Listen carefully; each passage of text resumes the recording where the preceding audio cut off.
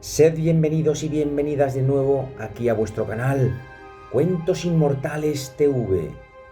Hoy estoy aquí para compartir ya la entrega número 17 de cuentos para escuchar en el bus.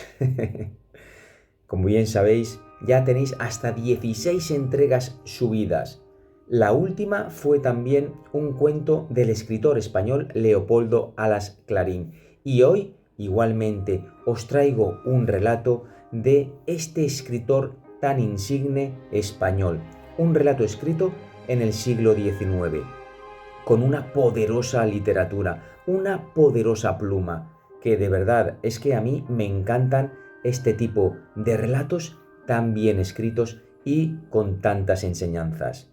El relato de hoy se titula Cambio de luz y trata de la aventura, mejor dicho, de la intensa aventura interior de nuestro personaje. Nuestro personaje parece que es feliz en apariencia, con su familia, con su trabajo, con su gente, que está muy a gusto con todos, pero hay algo en su interior que no le deja llegar a la dicha total. No le deja. Hay algo ahí que lo frena. ¿Qué será eso? Ahora lo veremos. Antes, daros las gracias a todos como siempre por vuestro apoyo, vuestro cariño, vuestras suscripciones, likes, comentarios, todo, de verdad, muchas gracias. Y quiero hacer hoy un paréntesis especial, cortito, pero quiero que desde aquí le llegue todo mi amor y todo mi cariño a una oyente, una suscriptora que tiene mucho peso aquí en su canal por su gran colaboración. Siempre está dejando comentarios, dejando mensajes, siempre con su buen talante y buen carisma, y se llama Dulce. Dulce está pasando un momento de extrema tristeza debido a que la ha dejado uno de los seres que más quería en este mundo, que era su perrita. Después de muchos años compartiendo vida con ella, me consta que está pasando un momento de mucha dificultad emocional. Así es que desde aquí, Dulce, de verdad, un besito súper fuerte, mucho ánimo, mis mejores vibraciones y ojalá te repongas pronto. Mucho, mucho ánimo, mucho amor, Dulce. Bueno, gracias a todos por estar ahí, por escucharme, como decía, y como siempre digo, sin más dilación, comencemos y nos vemos al final.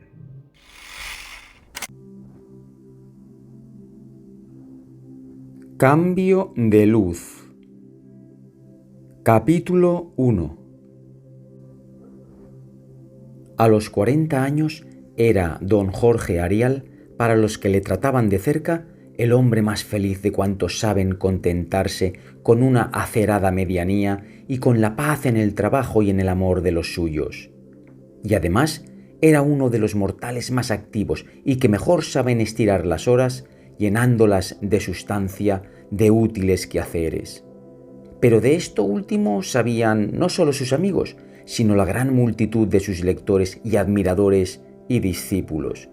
Del mucho trabajar que veían todos no cabía duda, mas de aquella dicha que los íntimos leían en su rostro y observando su carácter y su vida, tenía don Jorge algo que decir para sus adentros, solo para sus adentros, si bien no negaba él, y hubiera tenido a impiedad inmoralísima el negarlo, que todas las cosas perecederas le sonreían y que el nido amoroso que en el mundo había sabido construirse, no sin grandes esfuerzos de cuerpo y alma, era que ni pintado para su modo de ser. Las grandezas que no tenía no las ambicionaba, ni soñaba con ellas, y hasta cuando en sus escritos tenía que figurárselas para describirlas, le costaba gran esfuerzo imaginarlas y sentirlas. Las pequeñas y disculpables vanidades a que su espíritu se rendía, como verbigracia, la no escasa estimación en que tenía el aprecio de los doctos y de los buenos, y hasta la admiración y simpatía de los ignorantes y sencillos, veíalas satisfechas, pues era su nombre famoso, con sólida fama y popular. De suerte que esta popularidad, que le aseguraba el renombre entre los muchos, no le perjudicaba en la estimación de los escogidos. Y por fin, su dicha grande, seria, era su casa, su mujer, sus hijos, 3 cabezas rubias, y él decía también 3 almas rubias, doradas, milira, como los llamaba al pasar la mano por aquellas frentes blancas, altas, despejadas, que destelleaban la idea noble que sirve ante todo para ensanchar el horizonte del amor. Aquella esposa y aquellos hijos, una pareja, la madre hermosa que parecía hermana de la hija, que era un botón de oro de 15 abriles, y el hijo de 12 años, remedo varonil y gracioso de su madre y de su hermana, y ésta, la dominante, como él decía, parecían, en efecto, estrofa, antistrofa y épodo de un himno perenne de dicha en la virtud, en la gracia, en la inocencia y la sencilla y noble sinceridad. «Todos sois mis hijos», pensaba don Jorge, incluyendo a su mujer. «Todos nacisteis de la espuma de mis ensueños». Pero eran ensueños con dientes y que apretaban de firme, porque, como todos eran jóvenes, estaban sanos y no tenían remordimientos ni disgustos que robaran el apetito. Comían que devoraban, sin llegar a glotones, pero pasando con mucho de ascetas. Y como no vivían solo de pan, embestidos como convenía a su clase y a su hermosura, que es otra clase, y al cariño que el amo de la casa les tenía, se iba otro buen pico, sobre todo en los trajes de la dominante. Y mucho más que en cubrir y adornar el cuerpo de su gente, gastaba el padre en vestir la desnudez de su cerebro y en adornar su espíritu con la instrucción y la educación más esmeradas que podía. Y como este es artículo de lujo entre nosotros, en maestros, instrumentos de instrucción y otros accesorios de la enseñanza de su pareja, se le iba a don Jorge una gran parte de su salario y otra, no menos importante, de su tiempo, pues él dirigía todo aquel negocio tan grave, siendo el principal maestro y el único que no cobraba. No crea el oyente que apunta aquí el pero de la dicha de don Jorge. No estaba en las dificultades económicas la espina que guardaba para sus adentros Arial, siempre apacible. Costábale, sí, muchos sudores juntar los cabos del presupuesto doméstico, pero conseguía triunfar siempre gracias a su mucho trabajo, el cual era para él una sagrada obligación, además por otros conceptos más filosóficos y altruistas, aunque no más santos, que el amor de los suyos. Muchas eran sus ocupaciones, y en todas se distinguía por la inteligencia, el arte, la asiduidad y el esmero. Siguiendo una vocación, había llegado a cultivar muchos estudios, porque, ahondando en cualquier cosa, se llega a las demás. Había empezado por enamorarse de la belleza que entra por los ojos, y esta vocación, que le hizo pintor en un principio, le obligó después a ser naturalista, químico, fisiológico. Y de esta excursión a las profundidades de la realidad física, sacó en limpio, ante todo, una especie de religión de la verdad plástica que le hizo entregarse a la filosofía y abandonar los pinceles. No se sintió gran maestro, no vio en sí un intérprete de esas dos grandes formas de la belleza que se llaman idealismo y realismo. No se encontró con las fuerzas de Rafael ni de Velázquez, y suavemente y sin dolores del amor propio, se fue transformando en un pensador y en amador del arte. Y fue un sabio en estética, un crítico de pintura, un profesor insigne, y después un artista de la pluma, un historiador del arte con el arte de un novelista, y de todas estas habilidades y maestrías a que le había ido llevando la sinceridad con que seguía las voces de su vocación verdadera, los instintos de sus facultades, fue sacando sin violencia ni simonía provecho para la hacienda, cosa tan poética como la que más, al mirarla como el medio necesario para tener en casa aquella dicha que tenía, aquellos amores que, solo en botas, le gastaban un dineral.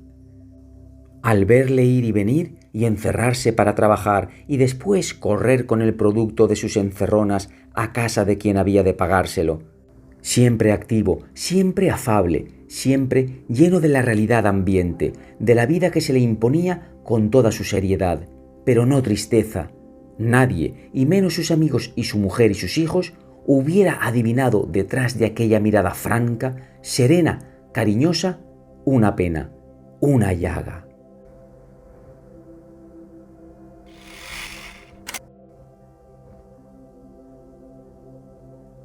Capítulo 2.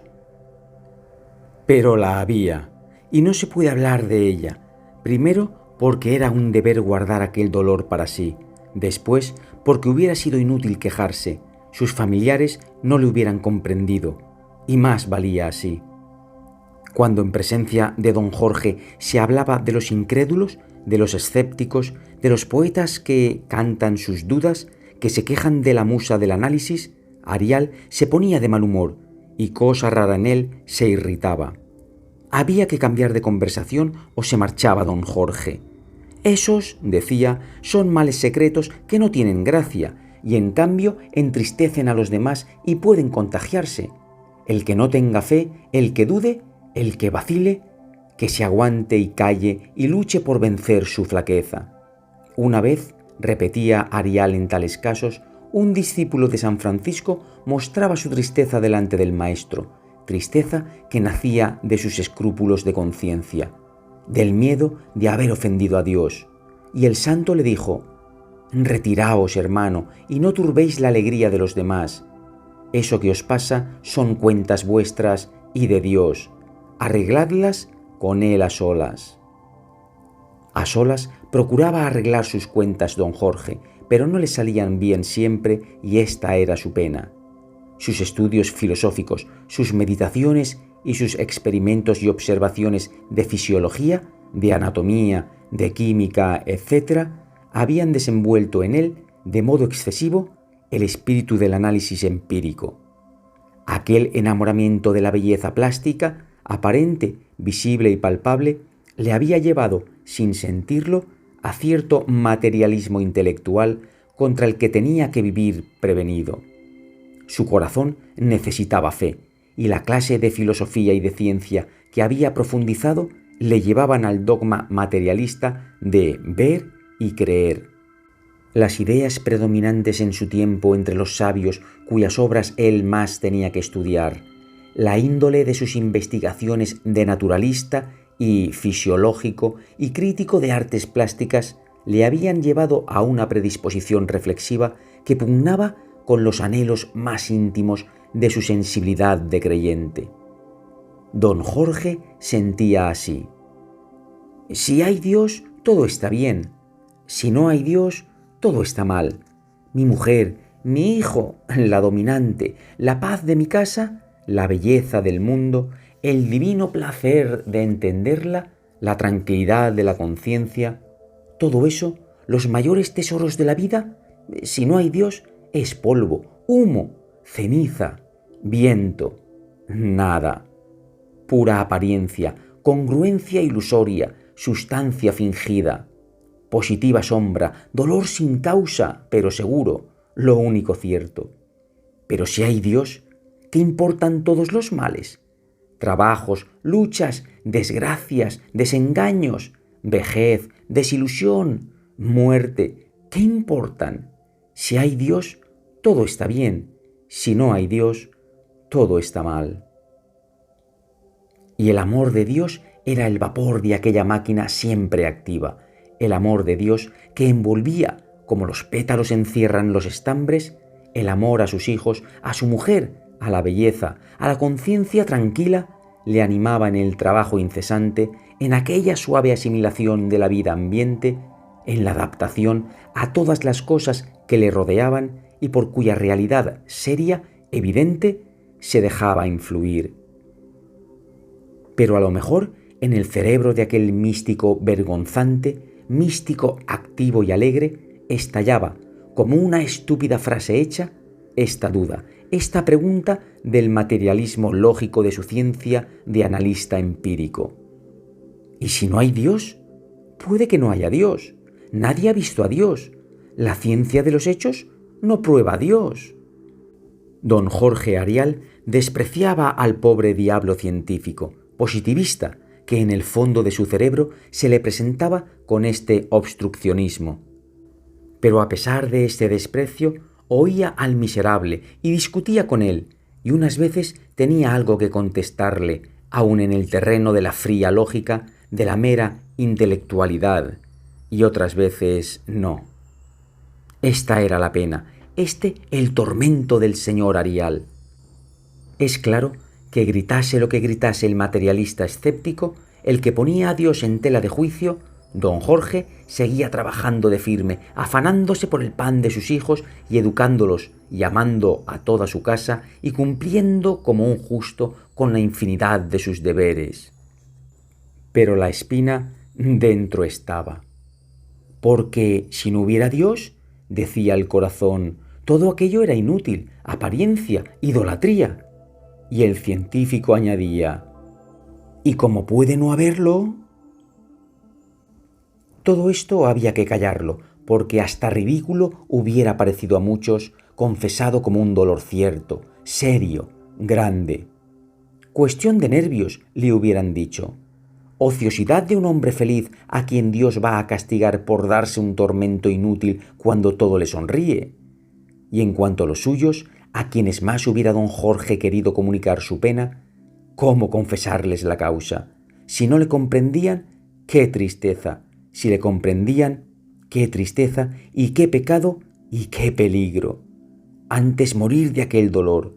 A pesar de ser tan activo, de tener tantas ocupaciones, le quedaba tiempo para consagrar la mitad de las horas que no dormía a pensar en su duda, a discutir consigo mismo.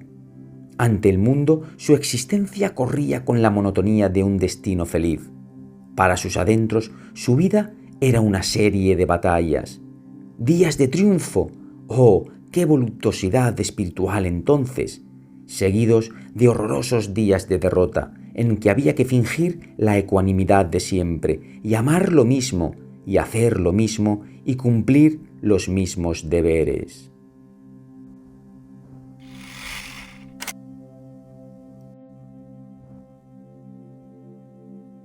Capítulo 3. Para la mujer, los hijos y los amigos y discípulos queridos de don Jorge, aquel dolor oculto llegó a no ser un misterio, no porque adivinaran su causa, sino porque empezaron a sentir sus efectos. Le sorprendían, a veces, preocupado sin motivo conocido, triste, y hasta en el rostro y en cierto desmayo de todo el cuerpo vieron síntomas del disgusto, del dolor evidente. Le buscaron causa y no dieron con ella. Se equivocaron al atribuirla al temor de un mal positivo, de una aprensión no desprovista de fundamento por completo. Lo peor era que el miedo de un mal, tal vez remoto, tal vez incierto, pero terrible si llegaba, también les iba invadiendo a ellos, a la noble esposa sobre todo, y no era extraño que la aprensión que ellos tenían quisieran verla en las tristezas misteriosas de don Jorge. Nadie hablaba de ello, pero llegó tiempo en que apenas se pensaba en otra cosa. Todos los silencios de las animadas chácharas en aquel nido de alegrías aludían al temor de una desgracia, temor cuya presencia ocultaban todos como si fuese una vergüenza. Era el caso que el trabajo excesivo, el abuso de las vigilias, el constante empleo de los ojos en lecturas nocturnas, en investigaciones de documentos de intrincados caracteres y en observaciones de menudísimos pormenores de laboratorio, y acaso más que nada la gran excitación nerviosa, habían debilitado la vista del sabio, miope antes y ahora incapaz de distinguir bien lo cercano, sin el consuelo de haberse convertido en águila para lo distante. En suma, no veía bien ni de cerca ni de lejos. Las jaquecas frecuentes que padecía le causaban perturbaciones extrañas en la visión. Dejaba de ver los objetos con la intensidad ordinaria. Los veía y no los veía. Y tenía que cerrar los ojos para no padecer el tormento inexplicable de esta parálisis pasajera. cuyos fenómenos subjetivos no podía siquiera puntualizar a los médicos. Otras veces veía manchas ante los objetos, manchas móviles, en ocasiones puntos de color, azules, rojos. Muy a menudo, al despertar, especialmente, lo veía todo tembloroso y como desmenuzado. Padecía bastante, pero no hizo caso. No era aquello lo que le preocupaba a él. Pero a la familia sí, y hubo consultas, y los pronósticos no fueron muy tranquilizadores.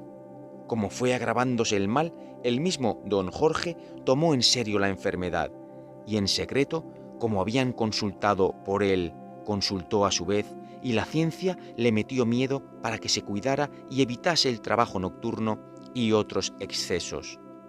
Arial obedeció a medias y se asustó a medias también. Con aquella nueva vida a que le obligaron sus precauciones higiénicas, coincidió en él un paulatino cambio del espíritu que sentía venir con hondo y oscuro deleite. Notó que perdía afición al análisis de laboratorio, a las preciosidades de la miniatura en el arte, a las delicias del pormenor en la crítica, a la claridad plástica en la literatura y en la filosofía. El arte del dibujo y del color le llamaban menos la atención que antes. No gozaba ya tanto en presencia de los cuadros célebres. Era cada día menos activo y más soñador. Se sorprendía a veces holgando, pasando las horas muertas sin examinar nada, sin estudiar cosa alguna concreta. Y sin embargo, no le acusaba la conciencia con el doloroso vacío que siempre nos delata la ociosidad verdadera. Sentía que el tiempo de aquellas vagas meditaciones no era perdido. Una noche, oyendo a un famoso sexteto de ínclitos profesores interpretar las piezas más selectas del repertorio clásico, sintió con delicia y orgullo que a él le había nacido algo en el alma para comprender y amar la gran música. La sonata a Kreuser, que siempre había oído alabar sin penetrar su mérito como era debido, le produjo tal efecto que temió haberse vuelto loco. Aquel hablar sin palabras de la música serena, graciosa, profunda, casta, seria, sencilla, noble. Aquella revelación que parecía extranatural de las afinidades armónicas de las cosas por el lenguaje de las vibraciones íntimas, aquella elocuencia sin conceptos del sonido sabio y sentimental, le pusieron en un estado místico que él comparaba al que debió experimentar Moisés ante la zarza ardiendo. Vino después un oratorio de Händel a poner el sello religioso más determinado y más tierno a las impresiones anteriores. Un profundísimo sentimiento de humildad le inundó el alma. Notó humedad de lágrimas bajo los párpados y escondió de las miradas profanas aquel tesoro de su misteriosa religiosidad estética, que tan pobre hubiera sido como argumento en cualquier discusión lógica y que ante su corazón tenía la voz de lo inefable. En adelante buscó la música por la música, y cuando ésta era buena y la ocasión propicia, siempre obtuvo análogo resultado. Su hijo era un pianista algo mejor que mediano. Empezó a Arial a fijarse en ello, y venciendo la vulgaridad de encontrar detestable la música de las teclas, adquirió la fe de la música buena en malas manos. Es decir, creyó que en poder de un pianista regular suena bien una gran música. Gozó oyendo a su hijo las obras de los maestros. Como sus ratos de ocio iban siendo cada día mayores, porque los médicos le obligaban a dejar en reposo la vista horas y horas, sobre todo de noche, don Jorge, que no sabía estar sin ocupaciones, discurrió, o mejor, fue haciéndolo sin pensarlo, sin darse cuenta de ello, tentar él mismo fortuna, dejando resbalar los dedos sobre las teclas. Para aprender música como Dios manda era tarde. Además, leer en el pentagrama hubiese sido cansar la vista como con cualquier otra lectura.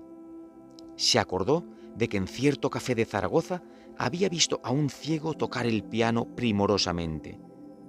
Arial, cuando nadie le veía, de noche, a oscuras, se sentaba delante del Erard de su hijo, y cerrando los ojos para que las tinieblas fuesen absolutas, por instinto, como él decía, tocaba a su manera melodías sencillas, mitad reminiscencias de óperas y de sonatas, mitad invención suya. La mano izquierda le daba mucho que hacer y no obedecía al instinto del ciego voluntario, pero la derecha, como no exigieran de ella grandes prodigios, no se portaba mal. Mi música llamaba a Arial a aquellos conciertos solitarios, música subjetiva que no podía ser agradable más que para él, que soñaba, y soñaba llorando dulcemente a solas, mientras su fantasía y su corazón seguían la corriente y el ritmo de aquella melodía suave, noble, humilde, seria y sentimental en su pobreza. A veces tropezaban sus dedos como con un tesoro, con frases breves pero intensas, que recordaban, sin imitarlos, motivos de Mozart y otros maestros. Don Jorge experimentaba un pueril orgullo, del que se reía después no con toda sinceridad. Y a veces, al sorprenderse con estas pretensiones de músico que no sabe música, se decía: «Temen que me vuelva ciego, y lo que voy a volverme es loco». A tanto llegaba esta que él sospechaba locura, que en muchas ocasiones, mientras tocaba y en su cerebro seguía batallando con el tormento metafísico de sus dudas, de repente una melodía nueva, misteriosa, le parecía una revelación, una voz de lo explicable que le pedía llorando interpretación, traducción lógica, literaria. Si no hubiera Dios, pensaba entonces Arial, estas combinaciones de sonidos no me dirían esto. No habría este rumor como de fuente escondida bajo hierba, que me revela la frescura del ideal que puede apagar mi sed. Un pesimista ha dicho que la música habla de un mundo que debía existir. Yo digo que nos habla de un mundo que debe existir. Muchas veces hacía que su hija le leyera las lucubraciones en que Wagner defendió sus sistemas, y les encontraba un sentido muy profundo que no había visto cuando, años atrás, las leía con la preocupación de crítico de estética que ama la claridad plástica y aborrece el misterio nebuloso y los tanteos místicos. En tanto, el mal crecía a pesar de haber disminuido el trabajo de los ojos. La desgracia temida se acercaba. Él no quería mirar aquel abismo de la noche eterna, anticipación de los abismos de ultratumba. Quedarse ciego, se decía, es como ser enterrado en vida.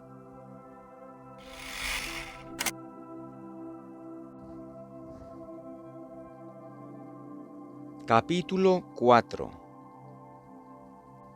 Una noche, la pasión del trabajo, la exaltación de la fantasía creadora, pudo en él más que la prudencia, y a hurtadillas de su mujer y de sus hijos escribió y escribió horas y horas a la luz de un quinqué.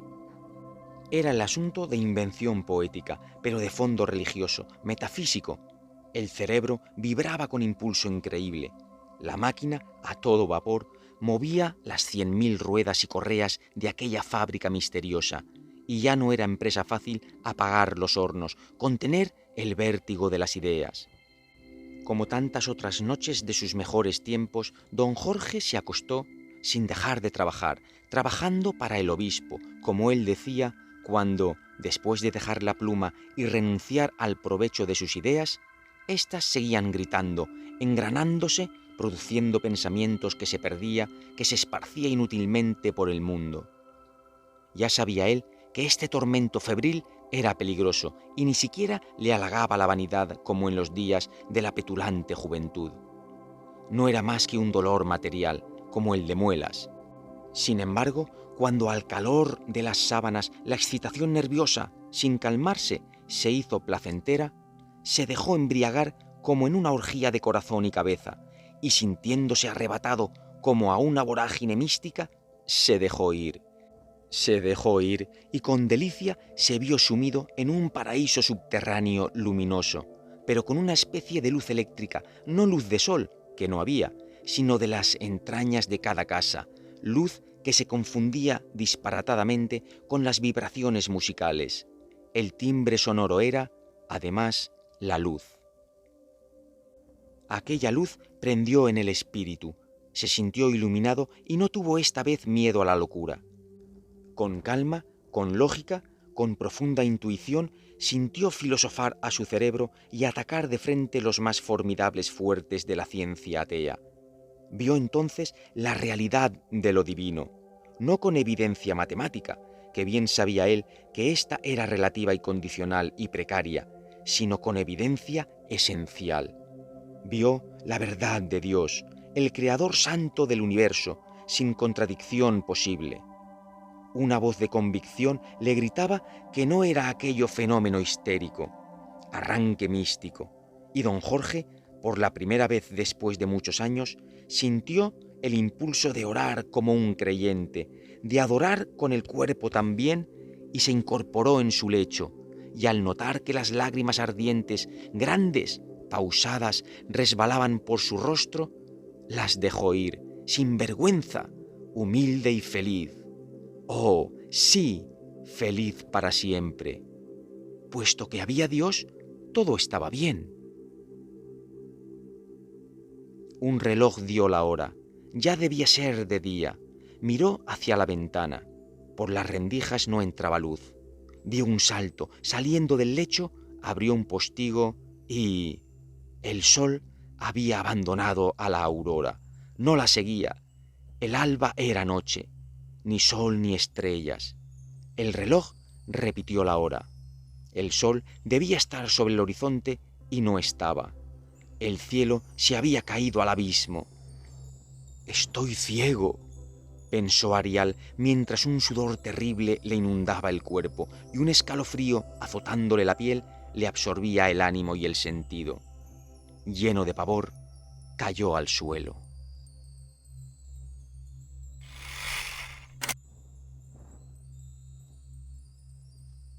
Capítulo 5.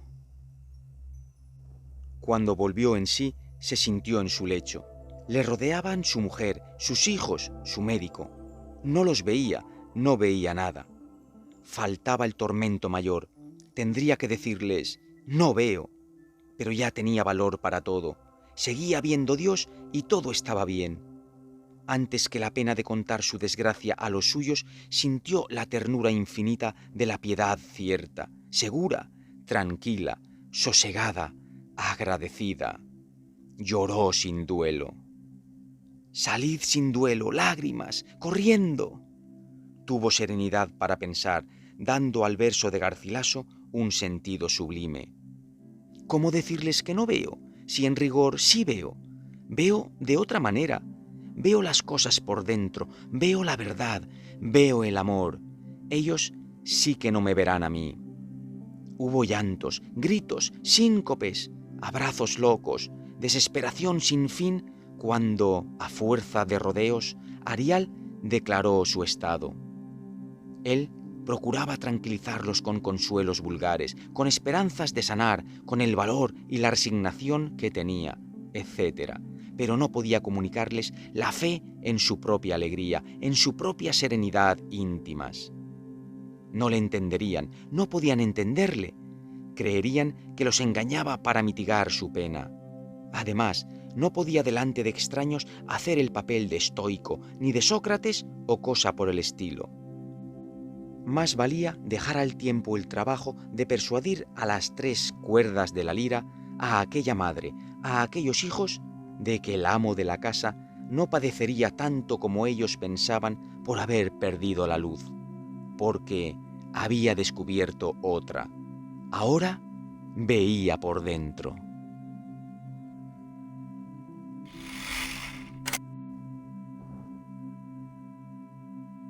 Capítulo 6. Pasó el tiempo, en efecto, que es el lazarillo de ciegos y de linces y va delante de todos abriéndoles camino.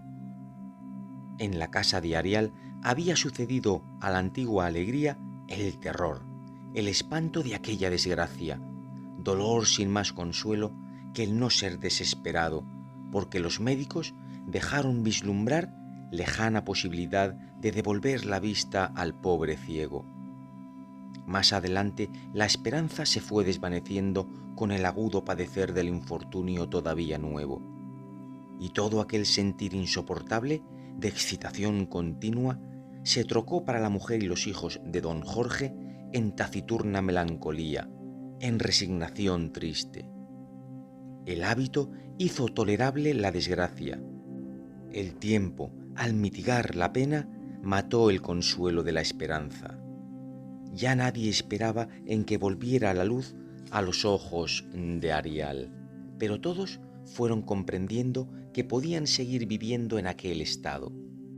Verdad es que más que el desgaste del dolor por el roce de las horas, pudo en tal lenitivo la convicción que fueron adquiriendo aquellos pedazos del alma del enfermo de que éste había descubierto, al perder la luz, mundos interiores en que había consuelos grandes, paz, hasta alegrías. Por santo que fuera el esposo adorado, el Padre amabilísimo no podría fingir continuamente y cada vez con más arte la calma dulce con que había acogido su desventura.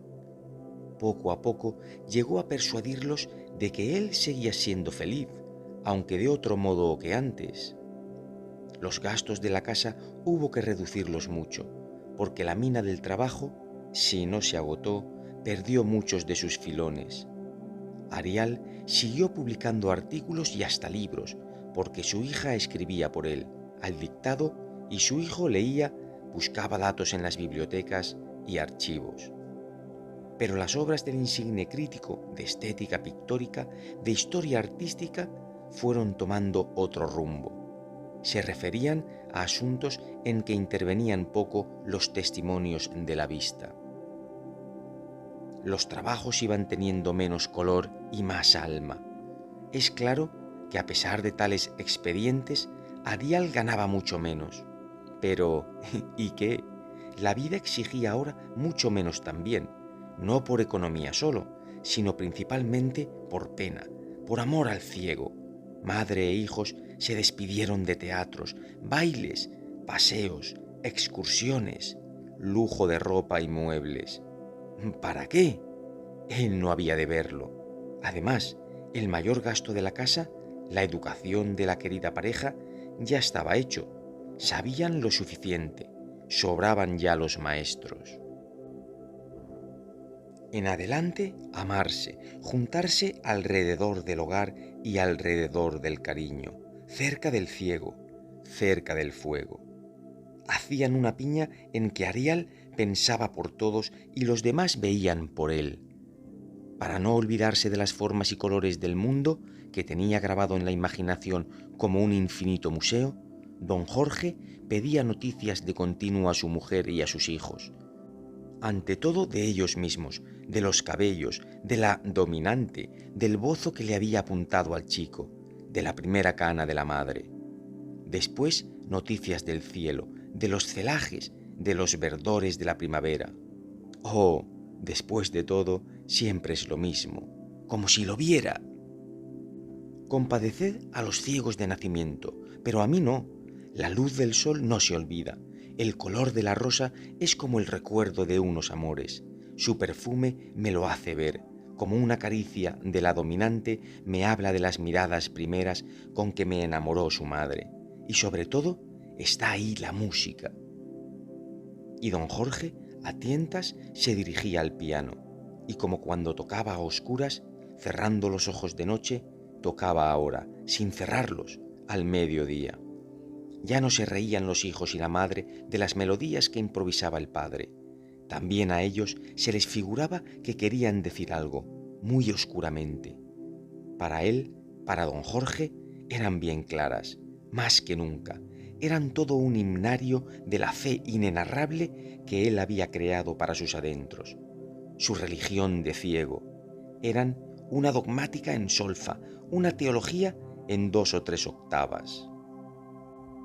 Don Jorge hubiera querido, para intimar más, mucho más con los suyos, ya que ellos nunca se separaban de él, no separarse él jamás de ellos con el pensamiento, y para esto iniciarlos en sus ideas, en su dulcísima creencia. Pero un rubor singular se lo impedía. Hablar con su hija y con su madre de las cosas misteriosas de la otra vida, de lo metafísico y fundamental, le daba vergüenza y miedo. No podrían entenderle.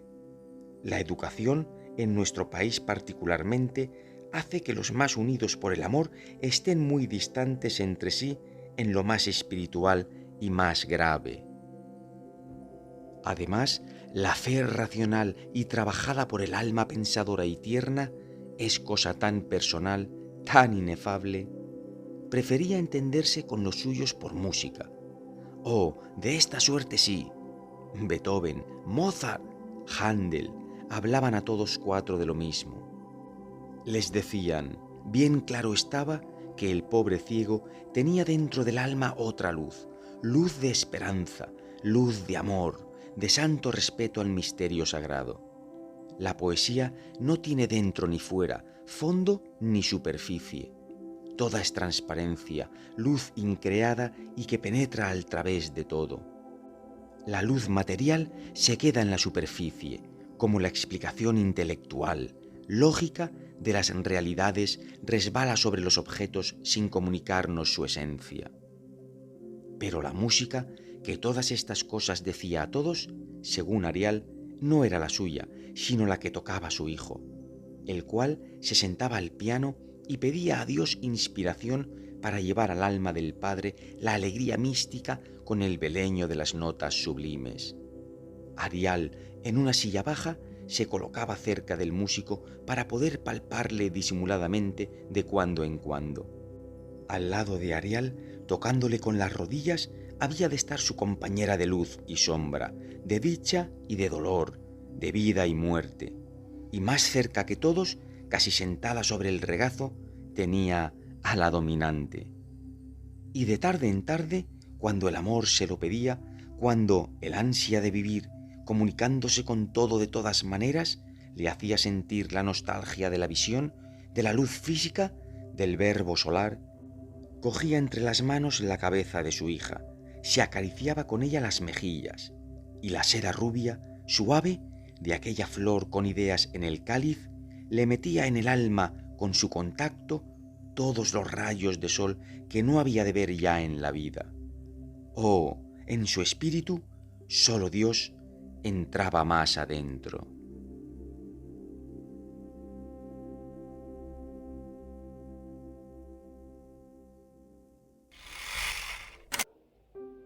Y bien, queridos amigos de Cuentos Inmortales TV, ¿qué os ha parecido esta última entrega de los cuentos para escuchar en el bus?